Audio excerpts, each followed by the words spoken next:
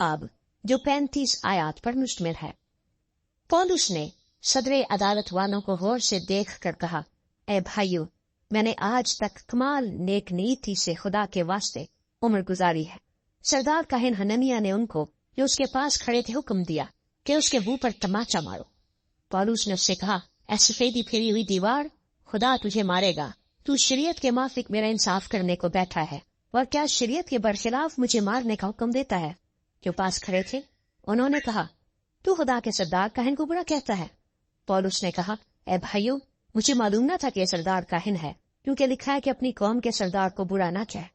जब पौलुस ने ये मालूम किया कि बाज सदूकी हैं और बाज फरीसी, तो अदालत में पुकार कर कहा कि ए भाइयों, मैं फरीसी और फरीसियों की औलाद हूँ। मुर्दों की उम्मीद और कयामत के बारे में मुझ पर मुकदमा हो रहा है। जब उसने ये कहा तो फरीसियों और सदूकियों में तकरार हुई और हाजरीन में फूट पड़ गई, क्योंकि सदूकी तो कहते हैं कि ना कयामत होगी और ना कोई फरिश्ता है ना रूह, मगर फरीसी दोनों का इकरार करते हैं। बस बड़ा शोर हुआ और फरीसियों के फिरके के बाज फकी उठे और यूं कहकर झगड़ने लगे कि हम इस आदमी में कुछ बुराई नहीं पाते, और अगर किसी रूह या फरिश्ते ने इससे कलाम किया हो तो फिर क्या। और जब बड़ी तकरार हुई तो पलटन के सरदार ने इस खौफ से कि मुबादा पौलुस के टुकड़े कर दिए जाएं, फौज को हुक्म दिया कि उतर कर उसे उनमें से जबरदस्ती निकालो और कला में ले आओ। उसी रात खुदावन उसके पास आ खड़ा हुआ और कहा, खातिर जमा रख कि जैसे तूने मेरी बाबत यरूशलेम में गवाही दी है, वैसे ही तुझे रोमा में भी गवाही देना होगा। जब दिन हुआ तो यहूदियों ने एका करके और लानत की कसम खाकर कहा कि जब तक हम पौलुस को कत्ल न कर लें, ना कुछ खाएंगे ना पिएंगे। और जिन्होंने आपस में साजिश की वो 40 से ज्यादा थे। बस उन्होंने सरदार काहिनों और बुजुर्गों के पास जाकर कहा कि हमने सख्त लानत की कसम खाई है कि जब तक पौलुस को कत्ल न कर लें कुछ न चखेंगे। बस अब तुम सदर अदालत वालों से मिलकर पलटन के सरदार से अर्ज करो कि उसे तुम्हारे पास लाए, या तुम उसके मामले की हकीकत ज्यादा दरियाफ्त करना चाहते हो, और हम उसके पहुंचने से पहले उसे मार डालने को तैयार है। लेकिन पौलुस का भांजा उनकी घात का हाल सुनकर आया और कला में जाकर पौलुस को खबर दी। पौलुस ने सूबेदारों में से एक को बुलाकर कहा, इस जवान को पलटन के सरदार के पास ले जा, ये उससे कुछ कहना चाहता है। बस उसने उसको पलटन के सरदार के पास ले जाकर कहा कि पौलुस कैदी ने मुझे बुलाकर दरखास्त की कि इस जवान को तेरे पास लाऊं कि तुझसे कुछ कहना चाहता है। पलटन के सरदार ने उसका हाथ पकड़कर और अलग जाकर पूछा कि मुझसे क्या कहना चाहता है।